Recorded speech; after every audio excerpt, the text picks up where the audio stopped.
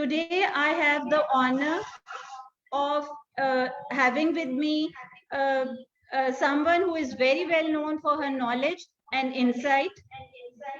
She is an eminent scholar, an intellectual, a literary critic, an educationist, a human rights activist, a cultural analyst, and a gender specialist.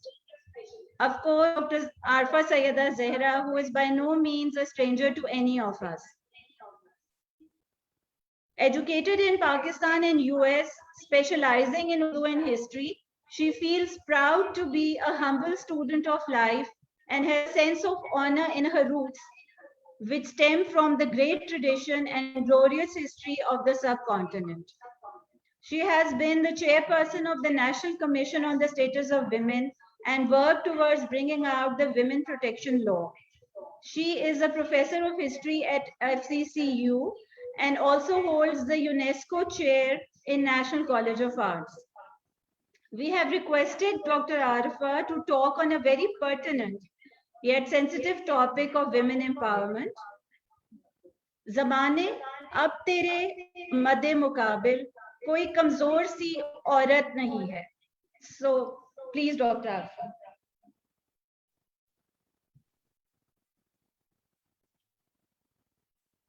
Assalamu alaikum. Greetings from FC College Lahore.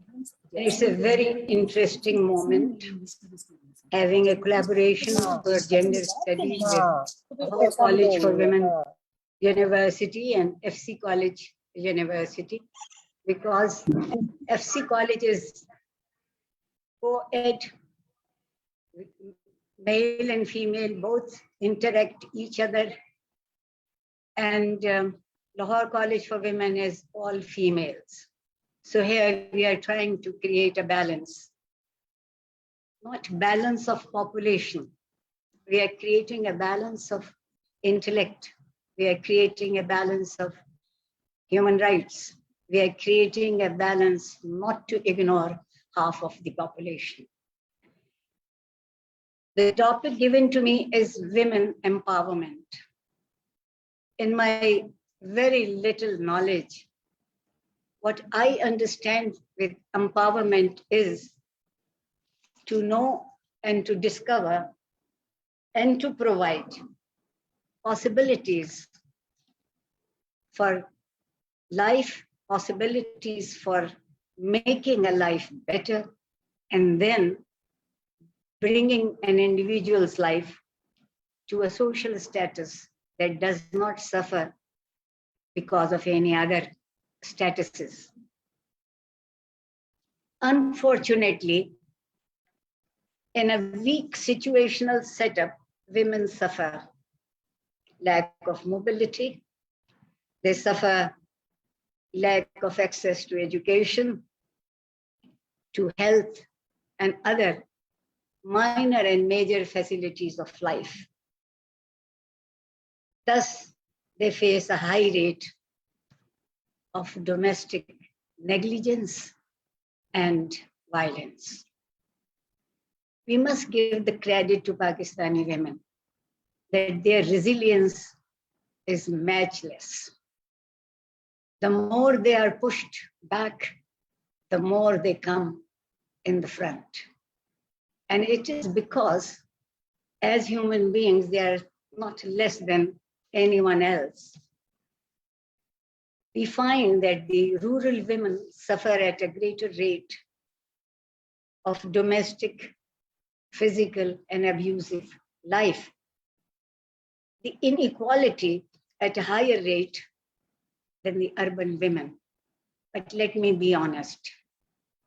We urban educated women also suffer due to all these factors, as the main reason is that the social control is in the grip of the patriarchal mandate. How it has come seeped so deeply in our society is not a matter of years. It's a matter of centuries. It's a matter of mindset. It's basically a matter of holding to power. And somehow or the other, we human beings are very strange that we think that if we give rights to others, somehow we will get weak. And I think this is highly irrational. In Pakistani women's perspective, traditions rule life of a woman through Sharia and Constitution. But interestingly, both of these sources of law do not degrade her, do not deprive her of any basic human rights. Rather, they give them every chance of having an equal basic human rights so that they can fulfill their dreams, they can fulfill their duties, and they can feel fulfilled as an individual. Gender's relations are somehow inequitable, and women are being systematically disadvantaged. When I say systematically, I'm sure the first thing that is they are refused to is a right to dignified life, security, and self-realization. And having a right to make decisions for themselves is still a far-fetched dream for the majority of women in Pakistan. Lack of educational facilities, I will include. It is not that good even for men, especially at the school level. The girls and the boys, they both suffer because of economic strains, and a patriarchal society does not make things easy for girls and women to have an informed, to have an intelligent, and to have a sensitive life. If I use two words, I'm sure I'm so safe sitting here with the audience of FC College and Lahore College for Women University. Many will get very angry with me when I say women empowerment and emancipation, that it, as it is documented in legal documents, it should exist the same way in the lives, in the practical lives. But it has not been, to my dismay, possible so far. The credit goes to many in civil societies. We must recognize that. And it cannot be diminished. Their endeavors have given many women, especially in semi-urban and rural areas, to speak up for themselves, because these civil societies are trying to provide possibilities for the endeavor of a person's capacities. Women also dream, wish, strive to have been successful and to have a supportive life. We do not wish to live a life alone. Some people get very much misinformed that when women ask their rights, it means some others' rights are being usurped. No, rights are to be shared. It is not given as a charity. The right is a right, a birthright of every individual. And I think as a teacher that the malaise is poor literacy rate, and people remain prisoners of outdated traditions. Traditions, when they match the educational facility, they become a strength. And if traditions are only engulfed in the darkness of only repeating the norms, then they do not deliver anything better than disappointment. Departure from the norms is not easy because of its deep-rooted customs and tradition, because it is considered supreme. As I started with perhaps a definition which is close to my heart, that empowerment is not holding the power. Empowerment is to discover the capacities of any individual and give them a chance, provide the possibilities for an individual's life as a dignified living being. The lower level of decision making, I am sure many of you will agree with me. No matter how much women are asked to give their opinions, but it is never their opinion which becomes the overpowering opinion of a society or of a government or even of a state, and that is tragic.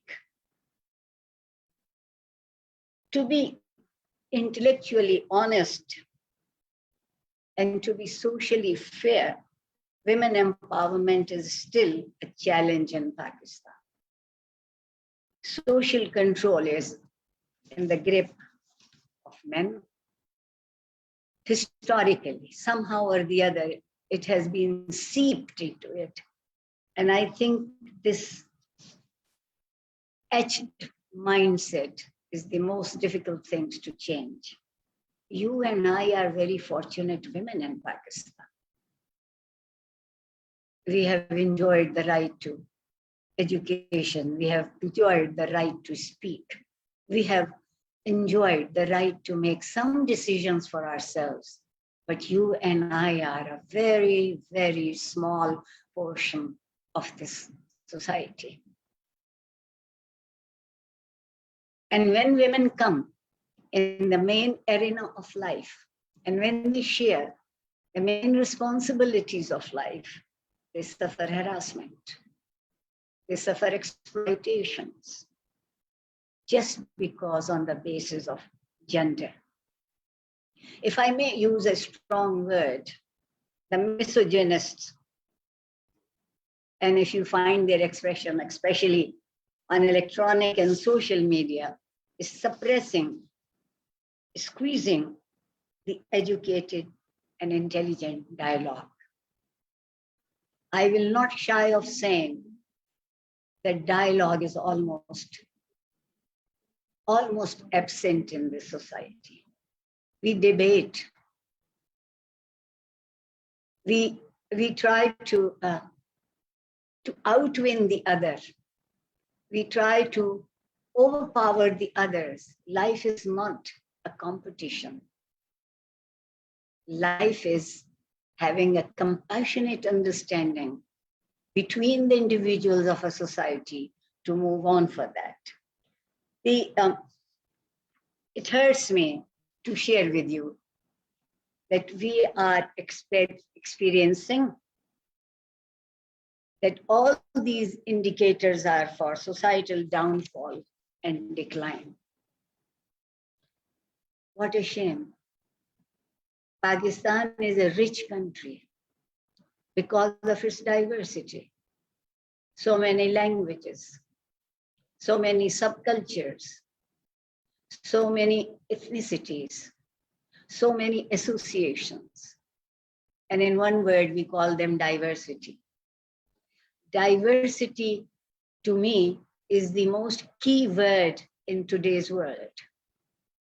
The serious issues of life that we raise in factions, in groups, by some sections of the society, we are responded ridiculously. The responses we get are not rational. No dialogue is a complete dialogue. A dialogue means exchange of ideas. And when we exchange of ideas, a filter is set in. The filter sets that whatever is good, let's accept it. And whatever is bad, let's reject it.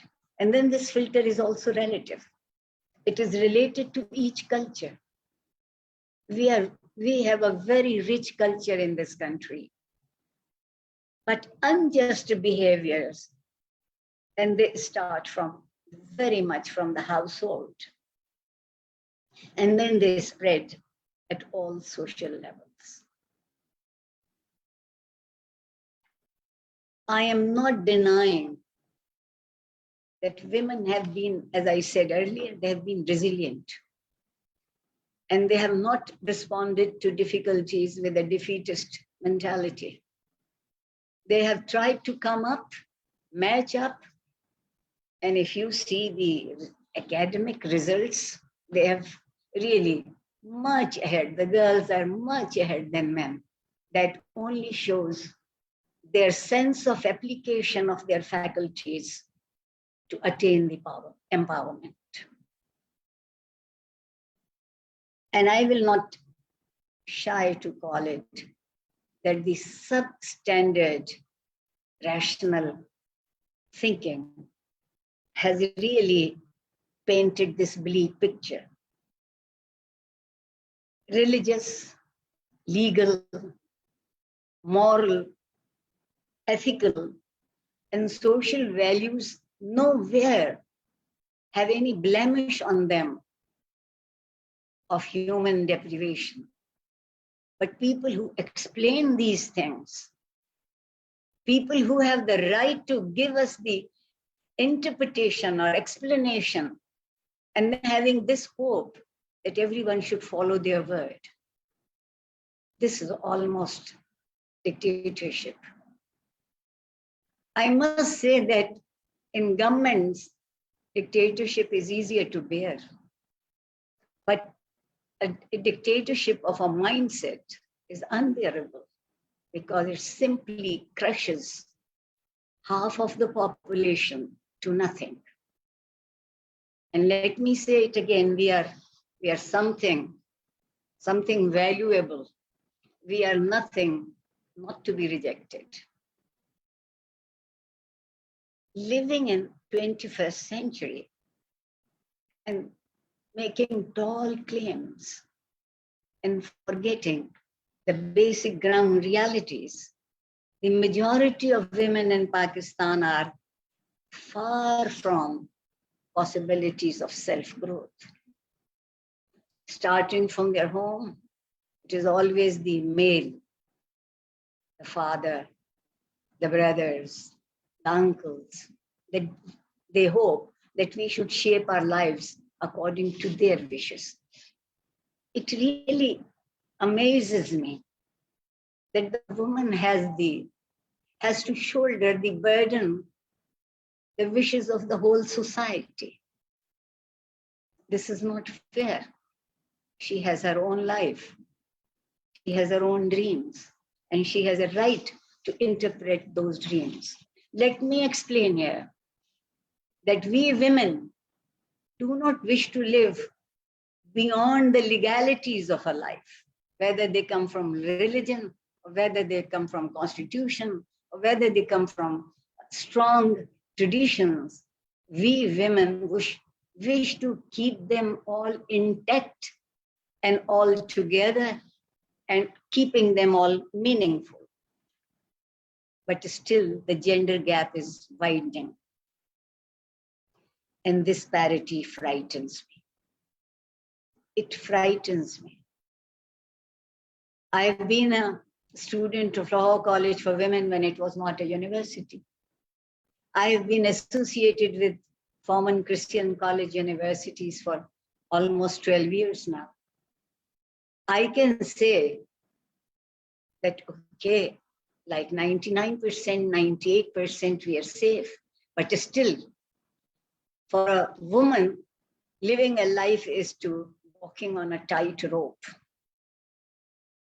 Nobody ignores us or forgives us if we fault, which is so close to human nature. If women falter, the whole society crumbles. And men continue to falter, and the whole society claims to go in upward journey. This upward journey is dangerous. It's not real. We have to make it real. If you see what all UN agencies have really given us the numbers. It sends shivers down your spine. The World Economic Forum has ranked Pakistan 151 out of 153. This wider gender gap, which is widening all the time, economic participation has been ranked 150 out of 151. Economic emancipation is so low. And then education is 143 and health is 149. My teachers, my guru, my mentors tell me that basic human rights are three: education, health, and a right to make decisions.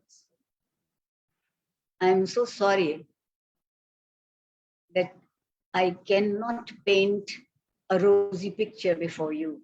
I am talking to highly intelligent, sensitively educated people, and they know it, what is there. The small section of urban society that can somehow afford life comfortably is a little better in contrast. But maybe the showcases are not the whole society. It has a much darker side to it. Sustainable development goals for abolishing of discrimination in Pakistan had its main objective that the legal provisions of a human's share in an intelligent, informed, healthy, and sensitive life should be equal. But when it comes to law, whether they are religious laws or whether they are constitutional protections, women are discriminated and exploited. This situation indicates a tangible gap between policies, their execution and their implementation and practice. It's very easy to use beautiful words. I'm fortunate to find Dr. Sikandar Hayat in this August gathering. And he is the one who knows that how policies give us such a rosy, beautiful, shiny picture. But when it comes to implementation, when it comes to interpretation, the picture is not the same. We are great people to find words. And please forgive me, almost all our life, we live literally. We are never able to find the essence of a word. The interpretation basically is for life. Words themselves get a meaning when they have a soul. And I call the implementation the soul of a word. Women are equally important for economic development and social development. They have proved it. I think today no household, whether urban or rural, you can find where women are not sharing the economic burden, whatever it may be. Still, it is not recognized. When a gentleman comes from his office or university or his factory or bank or anywhere, he's tired. He has done a lot in the day. And when a woman comes back from her work, she's asked, what have you done the whole day? Aha. So here you see how the work, simple word work is interpreted. And we women do a lot of work, which is unpaid work. And we do it for the love of life. We do it for the love of those people who are around us. Somehow, women do not like chaos. And let me be excused that politics lives on chaos. For politics, chaos is a strength. For you and me, women or men, chaos is nothing but a deterrent.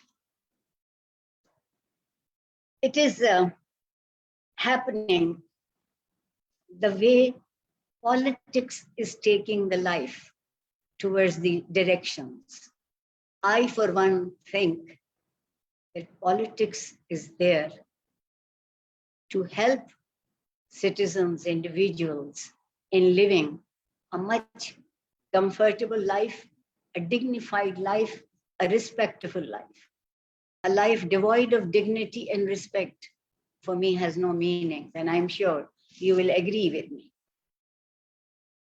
And whatever they make promises, somehow they turn hollow promises. The only emphasis is that how should I appear before their eyes? Even there, I cannot exercise my personal choices. You can understand that if personal choices are limited to this level, how an individual is going to be a very active, or rather proactive, a very beneficial member of the society. The women work, as I said earlier, exceptionally well in urban and semi-urban areas, and they face sexual harassment all the time. I hate to repeat, but I would like to recall what happened to that young girl on 14th August at Minar, Pakistan.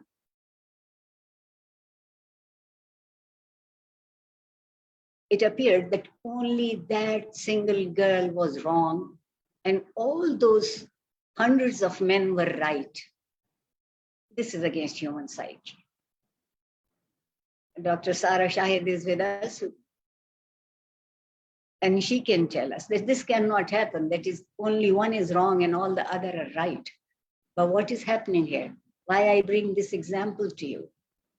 It is happening because men are interpreting our lives, our choices. We are not. No matter whether you think someone is good or someone is bad, they have a right to be treated like a human being. The conducive environment for those women who are ready to shoulder the responsibilities at every stage of life, even they are not very secure. What of happy? And women are everywhere. No section of the society is where women are not there, where women are not ready to share.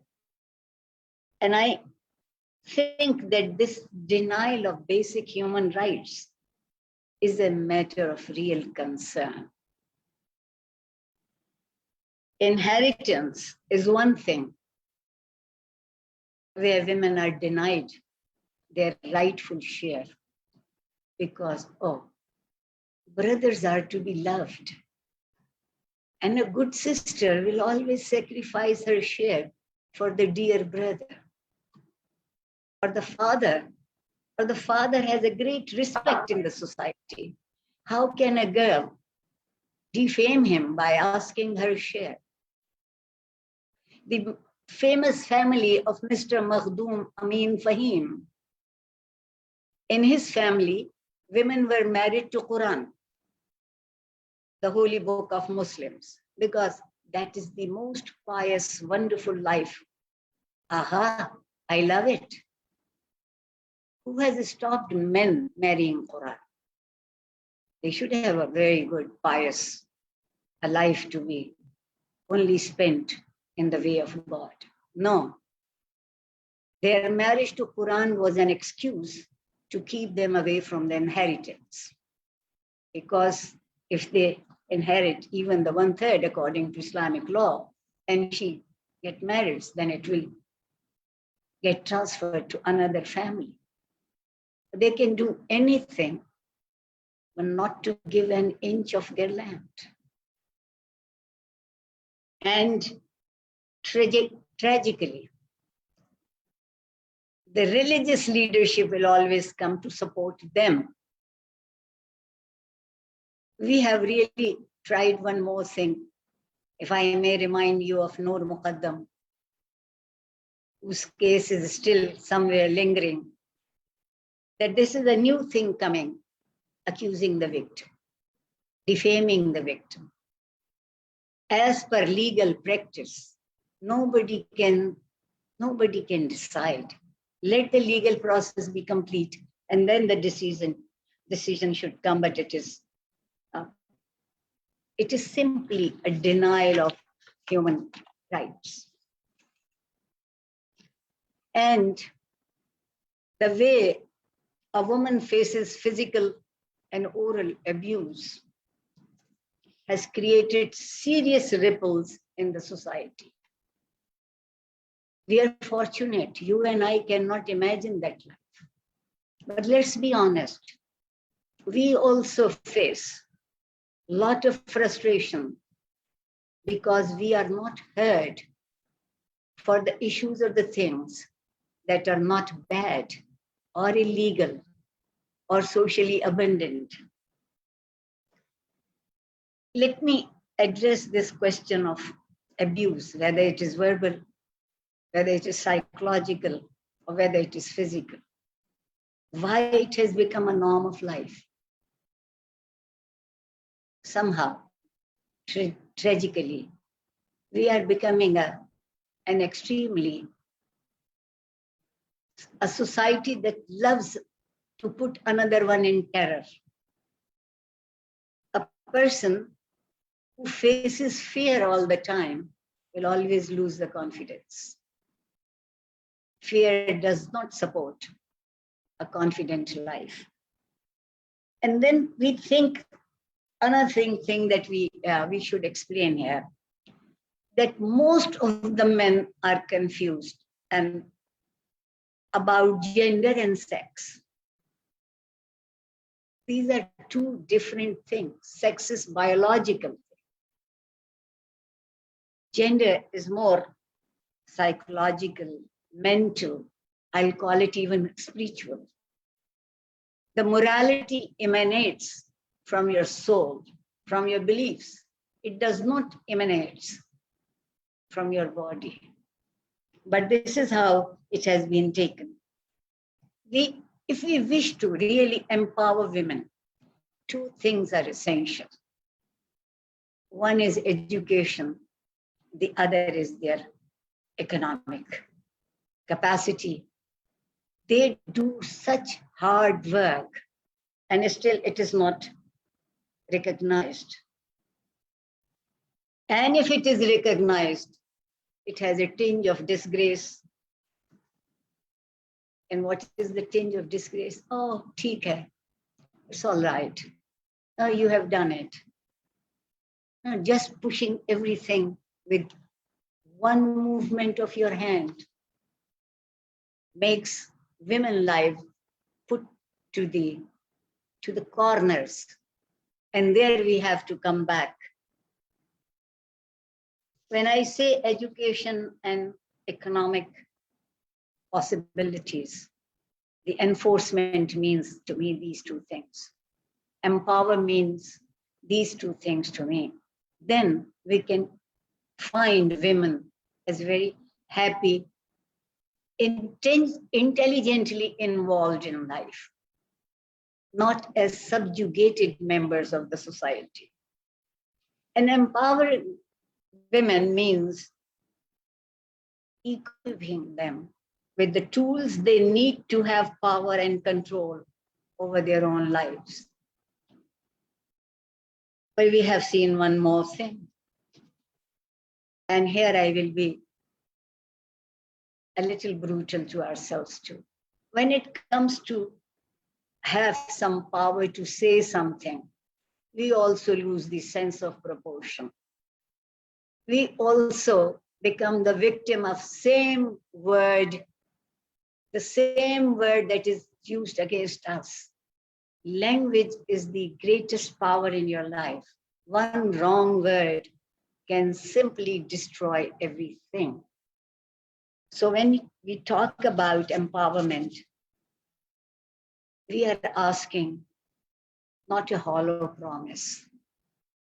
We are asking for a promise of possibilities to make strategically serious, sensible decisions.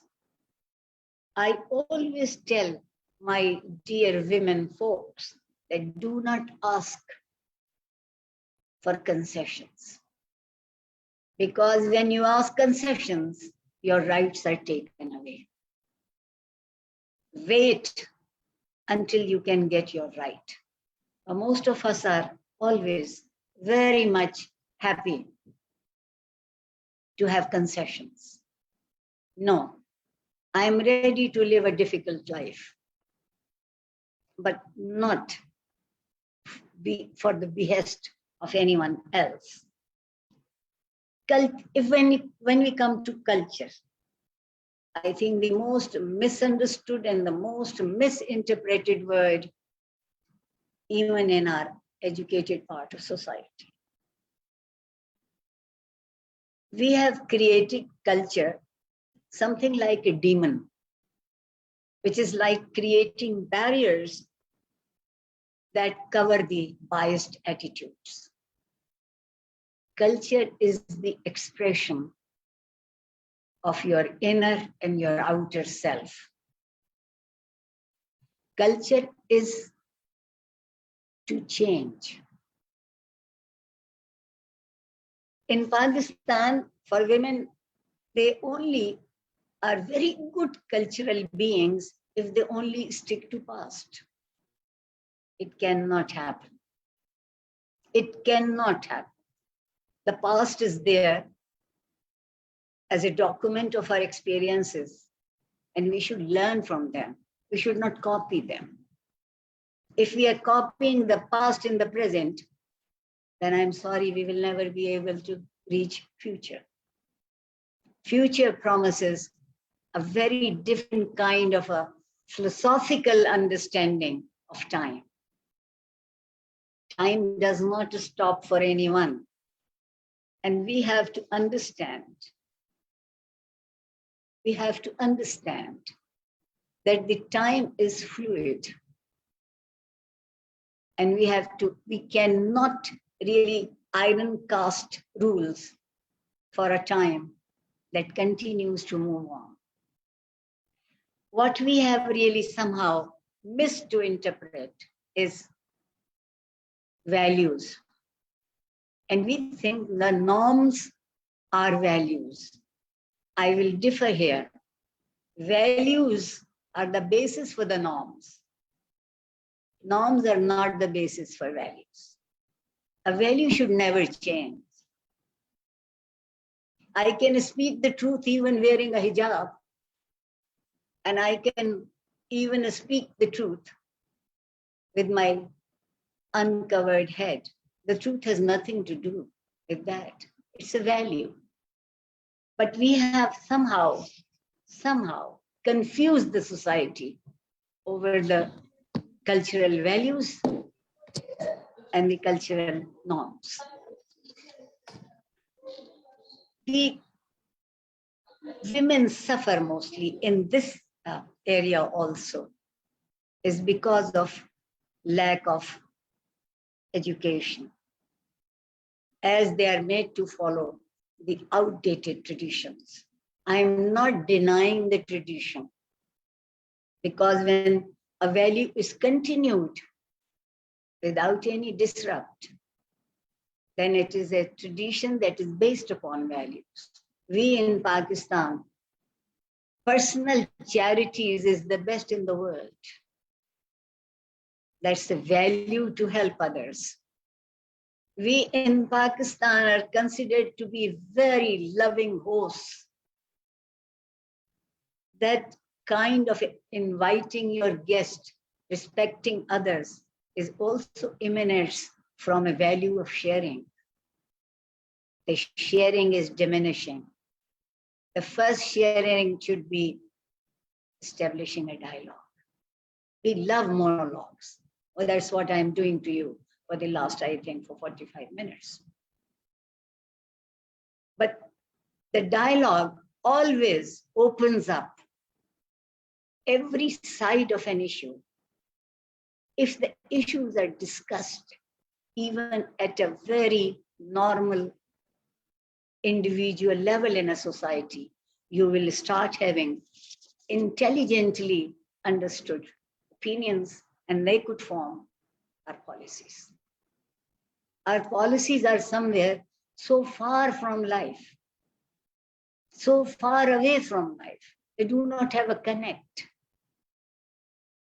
The beauty of this world with both the genders is to connect life basically to values and then to develop themselves.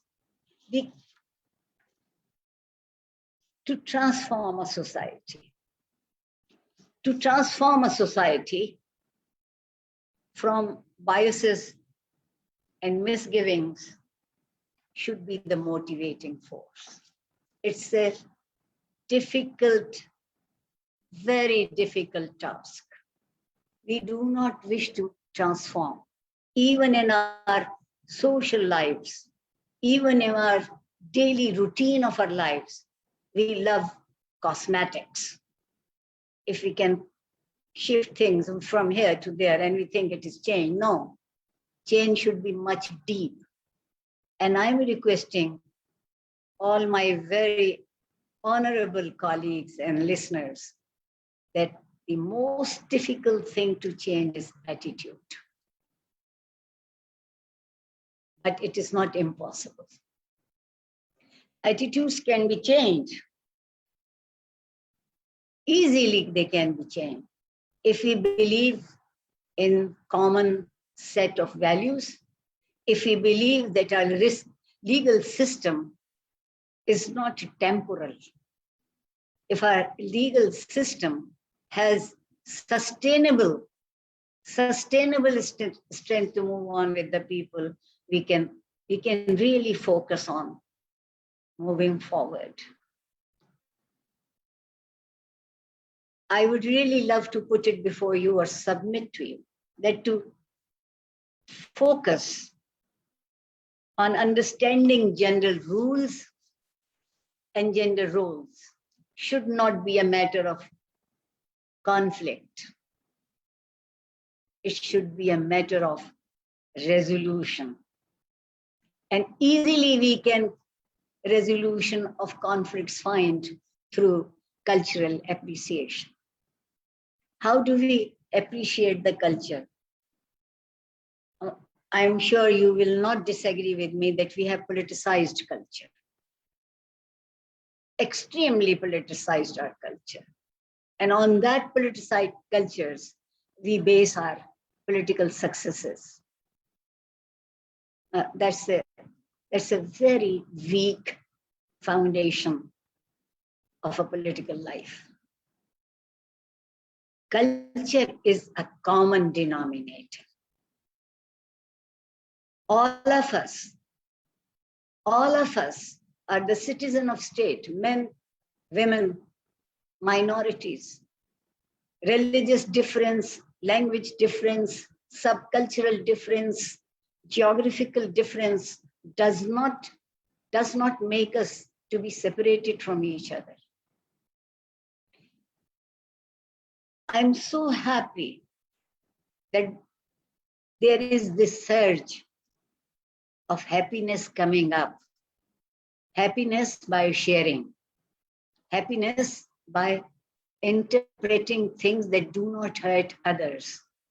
It is not always that we should remain with the power corridors. Let them do their jobs. They are here only for 4 or 5 years. But you and I are here forever. So our issue of our life is to become a moral, ethical, and intelligent being. And one can be at any stage. One doesn't have to get a degree for it. One doesn't have to get a certificate for it. It's basically the informal education and training that somehow subconsciously appears in the society. Somehow or the other, the politics has really muddled the issues.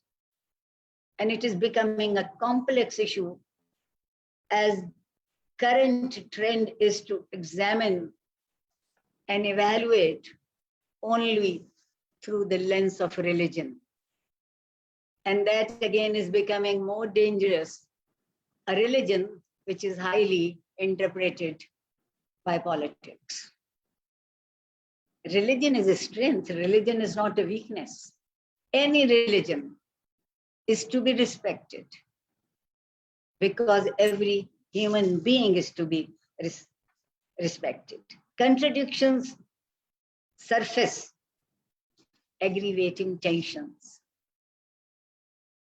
It hurts me when I meet people and they introduce me, first their name, and then say, I am a Sindhi.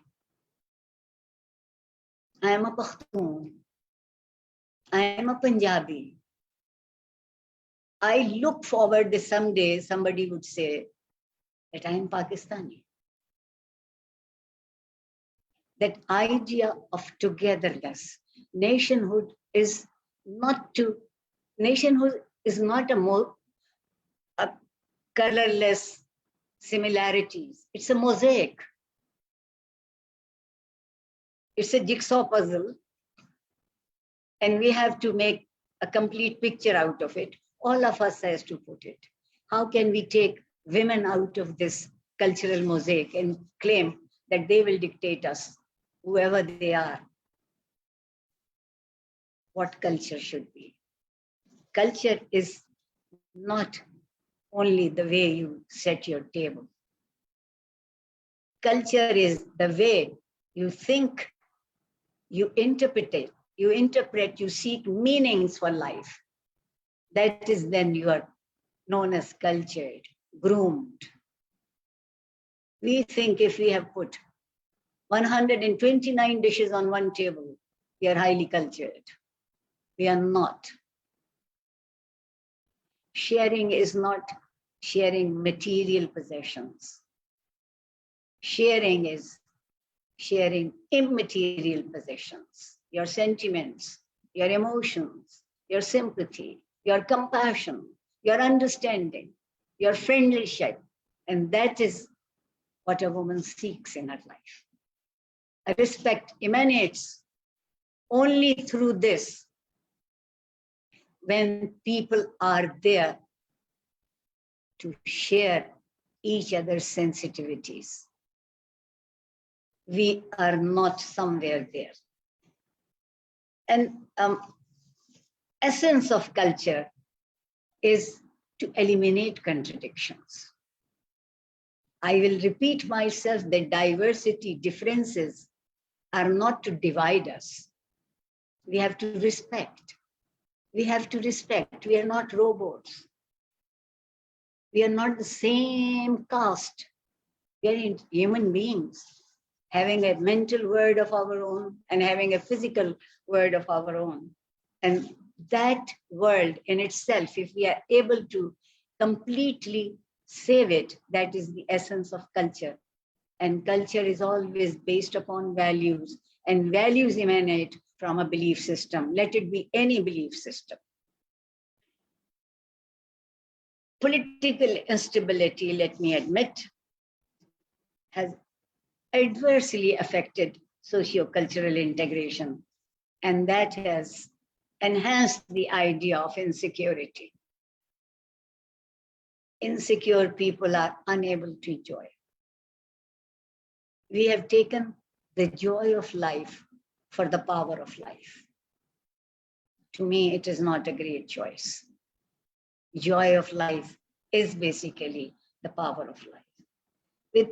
With changing times and when our consciousness is being raised, not only through our own familial systems or social systems, but we are so close to the world now. It is under the touch of one finger. If the information explosion has done so, how can we really deny the realities? And this raised consciousness, it has given us an idea that how we can really determine the roles of individuals, role of gender, and we can chase, I'm using a word consciously, chase the necessity of education and chase the justice. A society that cannot provide justice to its individuals, its citizens, then it becomes simply useless to talk about gender balance. The change is slow, the change is limited, but I am very positive. Women are not easily defeated. Thank you so very much for all your patience, for all your honor you have given me. And I feel really grateful, obliged that I have such an educated, intelligent, highly sensitive people whom I could talk. And I think I will end the session to you now and take your leave, as the time does not permit me more. I thank you very much from the core of my heart. And if you agree with me or you disagree with me, I'm happy.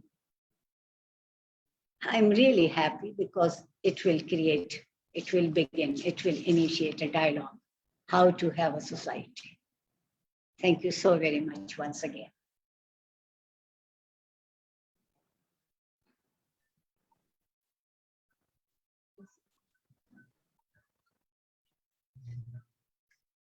Thank you very much, Dr. Arfa.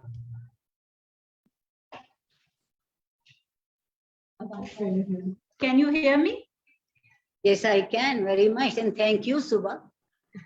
Thank you for giving me this opportunity right here in my home institution. Thank you very much, Dr. Arfa, for the enlightening session. Discussion on diversity, culture, decision-making, values, indeed leave us with food for thought. I would, this session was being live streamed for a wider audience. And I would just take the opportunity to thank Dr. Edelton, Dr. Trimble, Vice Rector of the FCCU University, and Dr. Sikandar Hayat, Dean of Social Sciences, and to all faculty members of FCCU and LCWU. And my very special thanks indeed to my Vice Chancellor, Law College for Women University, Dr. Bushra Mirza, for always supporting us. Please keep, I will keep you updated regarding our further sessions and trainings. So hope to have everybody with us for the next trainings. Thank you. Dr. Arfa, do you hear me? Yes, I can. This is Christy. You spoke my heart. Thank you. These words mean a lot to me. Thank you, Dr. Christie. Okay, thank you, Ji, for the office. The office. The office.